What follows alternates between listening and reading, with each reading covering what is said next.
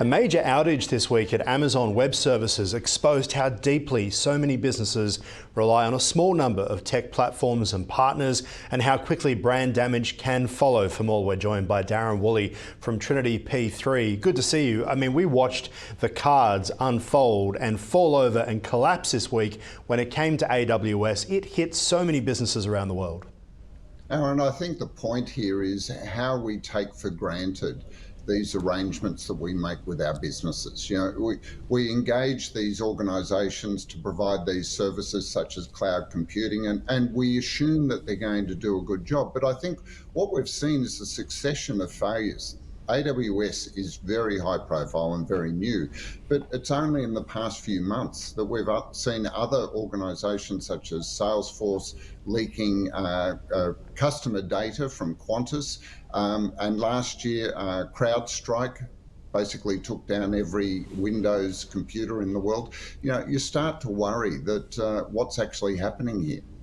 Yes, I mean, the CrowdStrike one was particularly great. I received an email during the week from CrowdStrike warning me what to do in the event of some sort of disaster. And I thought the only disaster CrowdStrike's involved in is the one it created. And this is the issue, right? We have these situations now where so many of these big companies are promising stability. That's their whole sales pitch. And yet when they fall over, they say, these things happen. Yeah, and yeah, we've seen it with, another one is Optus with the upgrade to the software that threw the emergency 000 line out. Look, that's the problem, is that you sign up for these organisations, you take on their terms and conditions, and often find yourself just left at their whim when a disaster happens. Often communication is poor. You get very little feedback, and you know, as we were this week with AWS, many organisations were sitting there tapping their fingers, waiting for their websites or their e-commerce or whatever to come back online. And this has an impact on consumers. You know, how can they trust a business that they're doing business with, doing commerce, when suddenly everything goes down? These are some of the first businesses, we should say, but not all of the businesses. Some pretty big names there, from Snapchat to McDonald's to Apple TV to Fortnite, which probably 3/4 of the population were doing at once, trying to play that. That's probably where people started to notice it fall over. But Amazon Prime was affected as well. Canva, that was what I noticed. And hilariously, we use Canva to make our thumbnails. So trying to make a post on our website without Canva was hilarious about the actual problem itself. It raises the question, too many companies relying on too few tech partners. We keep hearing about AWS killers out there. Do we need more competition out there to make sure that if there isn't necessarily a huge competitor to AWS, there's at least a backup? Absolutely. We need competition. We need backups. We need a plan B. And we can see over and over again governments around the world struggling with enforcing that competition. You know, the antitrust laws in the US are taking months, years to actually come to address this. And because many of these organisations are not incorporated in a country like Australia, it means the Australian government has very little that they can do in making them accountable. I think there's got to be bigger consequences if they're going to be dominant in a marketplace like this, a bigger consequence for when they let their customers down, because ultimately there's a flow-on effect for that business. Yeah, very much so. And something that's worth talking about as well is speaking to a lot of people in the tech industry, as we do here at Ticker every week.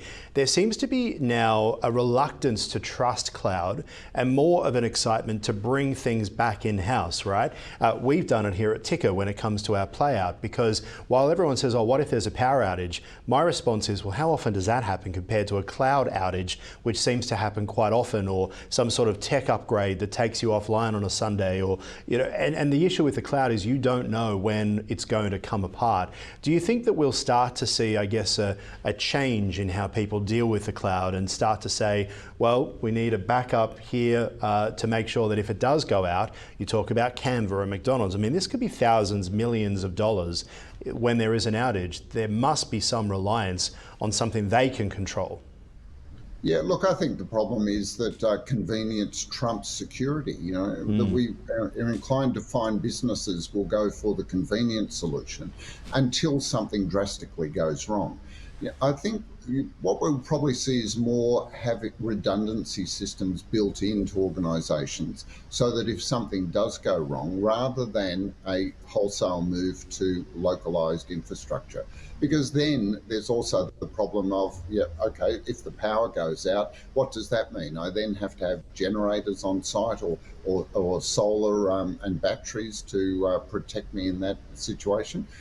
It's got to be a balance. But I think what has to happen is there's got to be more accountability for the organisations that are providing these essential services if they do the wrong thing and if something Mm. goes down.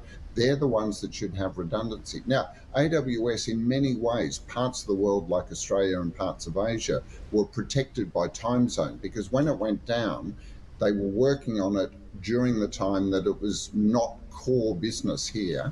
I mean, it did go for many hours, but I think it protected us this time. But what happens when it goes down for days? Yeah, we once had a European cloud partner of ours here at Ticker that decided to do maintenance at night time for them because that's the least annoying time, which was right as we were live on air in the middle of a day in Australia. So that's always a good fun one to deal with as well. I kind of like making those calls. Now, when Meta Platforms loses accreditation from the Media Ratings Council for brand safety, advertisers, of course, take notice, and the digital ad ecosystem feels a tremor. What is going on with Meta?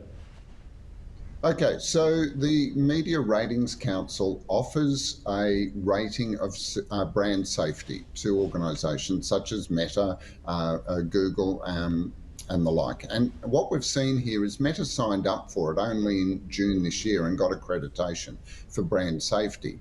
But then 3 months later have said they don't want to participate anymore. And you have to wonder why. I mean, they'll justify that they're doing a lot of their own work to make their site safe. But there is nothing like third-party independent verification that it is safe.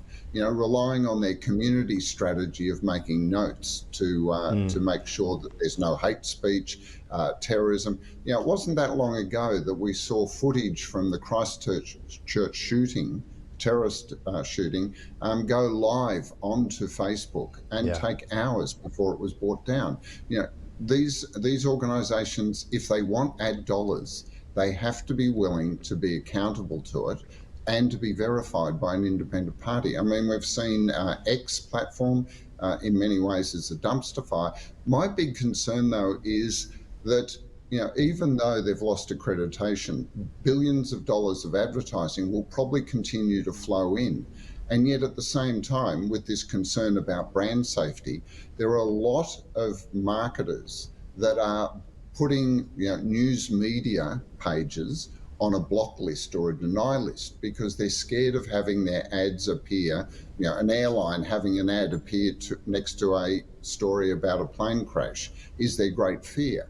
And yet they don't seem to have the same concern when their ads appear on Facebook or Instagram, amongst all sorts of... Yeah, it's interesting you mentioned that. Tori Maguire from Nine newspapers spoke about this at the Nine Upfronts actually last week and spoke about the idea of ads and news and how actually it can have the opposite effect of what we worry about, which is it can actually lead to credibility for a lot of these brands as well. We don't want to see plane crashes, obviously next to advertisements for airline tickets. But one of the interesting things about Meta is that and you spoke about the changes to X. When they had a lot of staff, they still weren't able to get that Christchurch video taken down. They banned Donald Trump, leading to an uprising, leading to him coming back to the presidency as well. It seems that you're damned if you do, you're damned if you don't when it comes to staffing these things. Well, again, it's amazing what people can do when there's consequences associated with it. And I think that's one of the issues here, is that the difference between traditional news media is that legally they're still responsible for the content produced, whereas time and time again the courts have upheld that these platforms are not responsible. If you defame someone in news media, both the publisher and the author are held responsible for it. But if you go onto any of these platforms and defame someone, then the only person that will be prosecuted is you. And that means that they don't have any consequence. So why would they make any changes? All right, Darren Woolley, we are out of time. Always appreciate your insights there from Trinity P3. We'll talk to you again soon. Thank you. Thanks very much.